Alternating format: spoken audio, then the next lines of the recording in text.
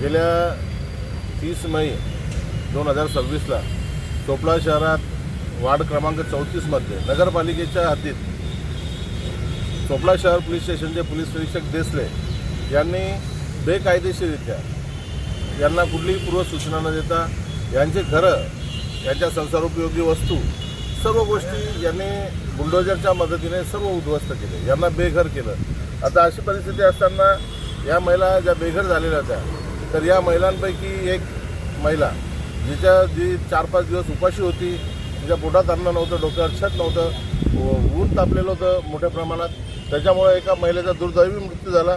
आणि तो मृत्यू झाल्यानंतर पोलीस निरीक्षक देसले यांनी त्या महिलेचा मृतदेह शवविच्छेदनाकरता हॉस्पिटलला घेऊन गेले आणि तात्काळ तिचा दफनविधी केला। तर आम्ही न्यायनिशाण सामाजिक संघटनेच्या वतीने जिल्हाधिकारी साहेबांना निवेदन दिलं आणि अनेक प्रश्न उपस्थित केले, परंतु आम्हाला एकाही प्रश्नाचं आजपर्यंत उत्तर मिळालं नाही। की एक महिलेचा दुर्दैवी मृत्यू झाला, तिच्या पोटात अन्न नव्हतं, तिच्या डोक्यावर छत नाही, अशा परिस्थितीचा मृतदेह आढळून आला, परंतु पोलीस निरीक्षक देसले यांनी त्या महिलेची ओळख पटवून घेण्याकरता कुठलेही प्रयत्न केलेले नाही। अशा अनेक घटना आहे ज्या घडलेल्या आहे आणि यांना कुठंतरी या महिलांना ज्या बेघर झालेल्या, आज या बेघर भूमीहीन महिला आहे आणि आता सध्या तर निराधार निराश्रित आहे, यांना कुठलाही आश्रय नाही आहे। त्याच्याकरता यांनी गेल्या महिन्यात 10 दिवस तहसीलदार कार्यालयासमोर आंदोलन केलं आणि अक्षरशः जेव्हा पाऊस पडला तर यांनी तहसीलदार कार्यालयात 10 दिवस त्यांनी आश्रय घेतला।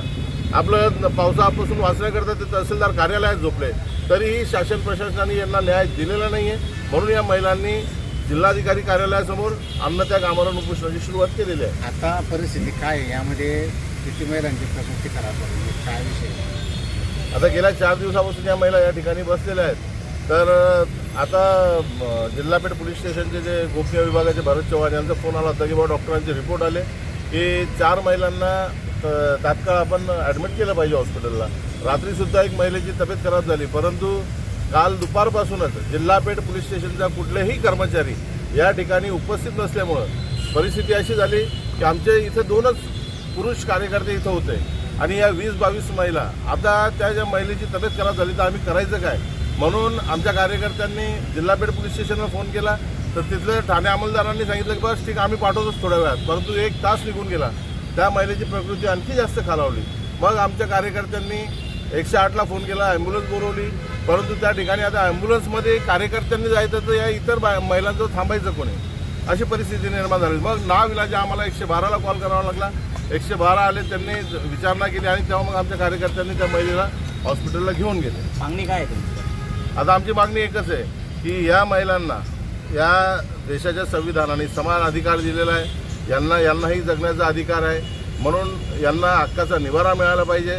यांच्याजवळ आज जे अंगावरचे कपडे त्याच्या व्यतिरिक्त दुसरं काहीच नाही। इथं टेंट टाकायला सुद्धा त्यांच्याजवळ पैसे नव्हते, इथं हे बसायला सुद्धा सर्व कार्यकर्त्यांनी हे सतरंजी उपलब्ध करून दिली।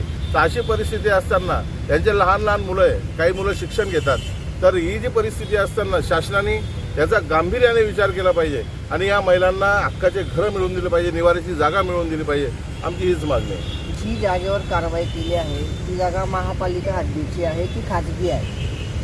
आता ज्या जागेच्या संदर्भात इथं जो लढा चाललेला आहे आमचा, तर हा लढा 2023 पासून त्या जागेच्या मालकी हक्कासंदर्भात एक पूनमचंद शर्मा म्हणून एक मोठा व्यावसायिक आहे चोपडा शहरात, तर त्याच्या विरोधात या महिलांनी दावा दाखल केलेला आहे, कारण की त्याचं म्हणणं होतं की ही जागा माझी आहे। तर त्याने दिशाभूल केलेली एक, तर तो दावा दाखल असताना ह्या महिला त्याच्यात वादी आहे आणि तो प्रतिवादी आहे। तर या संदर्भात चोपडा न्यायालयात दावा दाखल आहे आणि दावा दाखल असताना पोलीस निरीक्षक देसले यांनी ही कारवाई केलेली।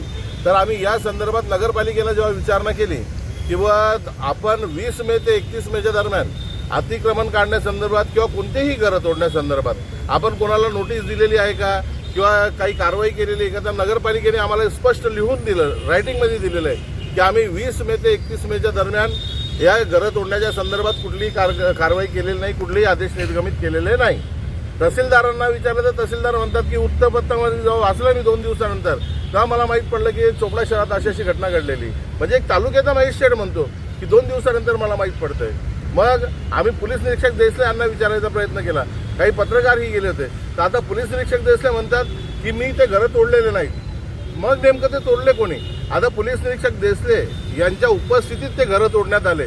यांच्या ज्या संसारोपयोगी वस्तू होत्या त्या उद्ध्वस्त करण्यात आल्या. या गोष्टीचे अनेक पुरावे आमच्याजवळ आहेत. नाही, वाद नेमका आहे ना की मग महापालिकेने जागा महापालिकेची आहे की खाजगी आहे, याच्यावर सगळ्यात मोठा म्हणजे प्रश्न हा आहे. सन 2024 मध्ये महापालिकेने ते अतिक्रमण काढण्यासंदर्भात औरंगाबाद हायकोर्टात दावा दाखल केलेला होता. तर त्यावेळेला हायकोर्टाने जिल्हाधिकाऱ्यांना आदेश दिले होते की 30 एप्रिल 2024 पर्यंत ही कारवाई करण्यात यावी आणि या महिलांचं पुनर्वसन करण्यात यावं असे हायकोर्टाने आदेश दिले होते. आता त्या आदेशाच्या अनुषंगाने या ज्या संबंधित महिला होत्या ज्यांचे घर त्या ठिकाणी होते तर ते नगरपालिकेने ते अतिक्रमण काढण्याची कारवाई केलेली आहे आणि जिथून ते त्यांचे घरं काढलेले होते त्या ठिकाणी सर्व रस्ता तयार केलेला आहे नगरपालिकेने. म्हणून असं एकंदरीत हे सांगायचं आहे मला की ती जागा नगरपालिकेचीच आहे.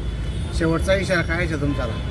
आता बघा, शासन प्रशासनाकडे गेल्या 1 महिन्यापासून या महिलांना पावसाळ्याचे दिवस सुरू आहे. आता अशी परिस्थिती असताना सुद्धा शासन प्रशासन यांच्याबद्दल जर गांभीर्याने विचार करत नसेल तर आम्ही न्याय निशाण सामाजिक संघटनेच्या माध्यमातून या महिलांना पाठिंबा दिलेला आहे आणि जर यांना शासन प्रशासन न्याय देत नसेल तर न्याय निशाण सामाजिक संघटनेच्या वतीने एक आंदोलनाची भूमिका घेण्यात येणार आणि आज आम्ही जिल्हाधिकाऱ्यांना त्या संदर्भात निवेदनही देणार आहोत की लवकरात लवकर जर आपण यांना न्याय दिला नाही येत्या 2 दिवसात तर न्याय निशाण सामाजिक संघटनेकडनं मोठ्या स्वरूपात आंदोलन करण्यात येईल. ओके.